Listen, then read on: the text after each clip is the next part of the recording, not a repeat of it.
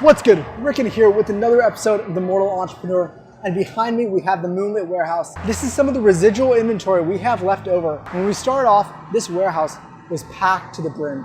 We had it full all the way to the ceiling. And on today's episode, I want to talk about 3 ways to minimize your inventory risk. First, let's jump to the intro, and in the meantime, I'm going to go somewhere a bit quieter and a bit cooler.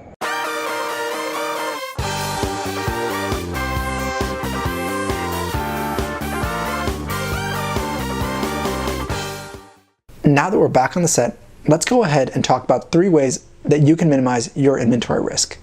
First off is to go ahead and build your own product. I know startups are all about scale, but sometimes the best route is to go out and build it yourself. It's really better to go ahead and build 1, 2, 3, 4, 5 units yourself and sell them and repeat that process over and over again until you're at the point where you can really mass produce.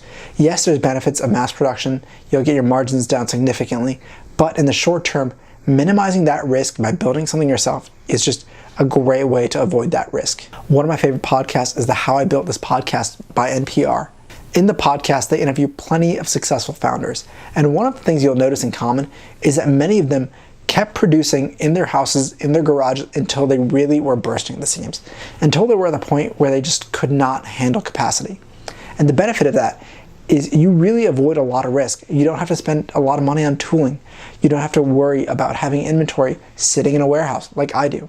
So yes, you might need to get your hands dirty, but building product yourself is the #1 way, in my opinion, to minimize inventory risk. The second way I would minimize inventory risk is to go out and private label. It's really easy to go out there, buy a competitor's product, slap your own label and branding on there, and then package it as your own. Depending on how you're selling your service, you can combine a few things off the shelf, put it together and sell it as your package. It's a really good way of minimizing your downside risk. You still might have to invest in custom packaging and labels, but the amount of money that you have to sink ahead of time is really a lot lower than going out and building your own product. In the case of Moonlit, we decided to go bold and design our own mattress from scratch. But at the end of the day, our mattress was really similar to a lot of other companies.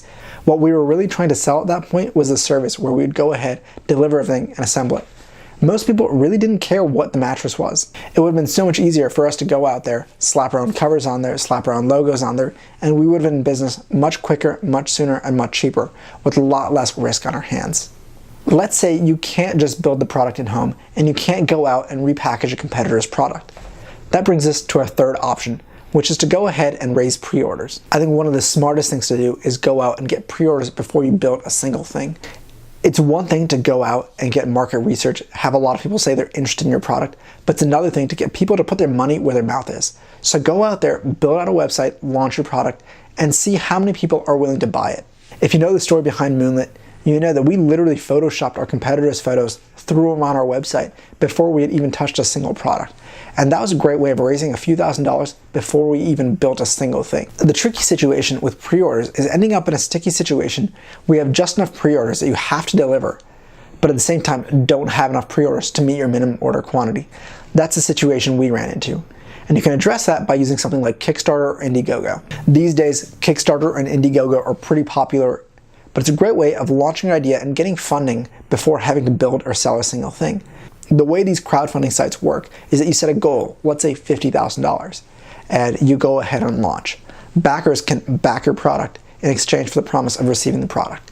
Essentially, it's pre-ordering your product. The catch is, you only get the money if your funding is successful and you hit that $50,000 goal. Even if you're at $48,000, it all unwinds and the money goes back to the backers. It's really a great situation where you can go out and test your product before having to invest a bunch of money in manufacturing it. So there you have it, 3 ways to minimize your inventory risk. If you're going out there and building a physical product, definitely take these things in mind. Feel free to shoot me a message with any questions. Thank you guys so much for watching. If you guys enjoyed that video, please go ahead, like, comment, and subscribe, and I'll see you guys next Monday with the next episode of The Mortal Entrepreneur.